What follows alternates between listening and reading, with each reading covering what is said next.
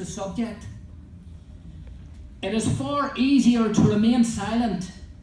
And I say this, I refuse to be silent. Right. It is time to speak out for Israel. It is time to speak out for Israel. I'm nearly finished. I told you it was short. I had the precious privilege of going to Yad Vashem. And when I put the application in, I says, Lord, I have no chance. They're taking leaders and pastors all over the world. What would they want with me? But you know something? Be careful what you pray for, because you might get it. And he sent me to Yad Vashem, and it blew me away. I'd never been to Israel before. It just blew me away. And I look at that man, Ephraim. He was such a blessing. And even his stories about the war and all those things, it blew me away. It took me about 2 months to come down to earth. I haven't been back, but I'm coming back at some stage. It just blows you away. You know, the brother in the museum said you got to feel the soil. But it's when you go, you just feel it. You just feel it. I can't even describe it. You just feel it. It's like the old Scotchman talking about salvation. He says it's better felt than telt. And I'm telling you now, you can see it on TV. You can look at these videos, but you got to go. Because it inspires you. What did I learn? The rise of anti-Semitism has returned to the world in full force and has risen in every European country. The blinkered West's ignorance of the Islamic threat. I want to quote a man, and you can correct me, Ephraim, or the boss can correct me. I think it was Professor Rathia Fago. This is what he said. It never left me. He was saying about the West's perception and knowledge of the Islamic threat. And this is what he said. He said, it was like a blind man going into a dark room to look for a black cat that wasn't there. And that blew me away completely.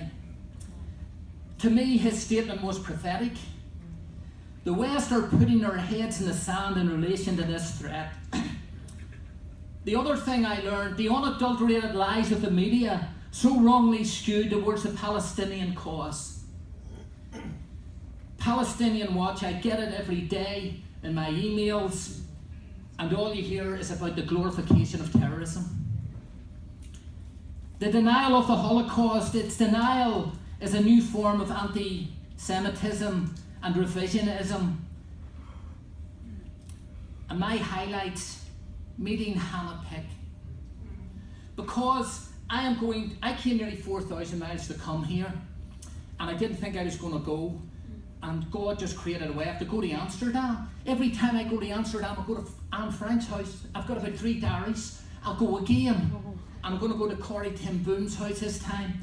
But meeting Hannah Pick, a Holocaust survivor in Germany and Holland who knew Anne Frank, it was such a humbling experience. It really was. It made me weep. The tour of the holy sites, the tour of the museum, the righteous among the nations, the visit to Schindler's Grave, because I saw the movie.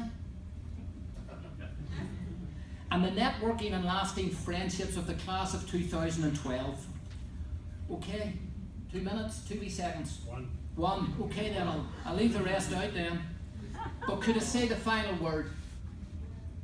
The word difference. And we had Susanna over in our church. She was such a blessing. And we've had others. We've had the Bishop of Baghdad and things, and I'm hoping we're going to have more. This is the final word. Okay? Praise God. The difference, the word difference. In 2 Kings chapter 6 and verse 15, listen to this. When the servant of the man of God saw the host of Syria, he said, Alas, my master, how shall we do? And Elisha answered, Fear not, for they that be with us are more than they that be with them. Making a difference depends on what you see. Making a difference depends on what you see. And you know, it's like the story of the little boy. There were thousands of starfish washed up on a beach. And this young boy started to pick one up. And this man looked at him. And they said, it's not going to make a difference, son, there's thousands. And the little boy said, it will make a difference to this one. And he put it back in the sea. You see, if God be for us, who can be against us? Our relationship with Israel is spiritual, but it's supernatural as well. And I just want to relate this.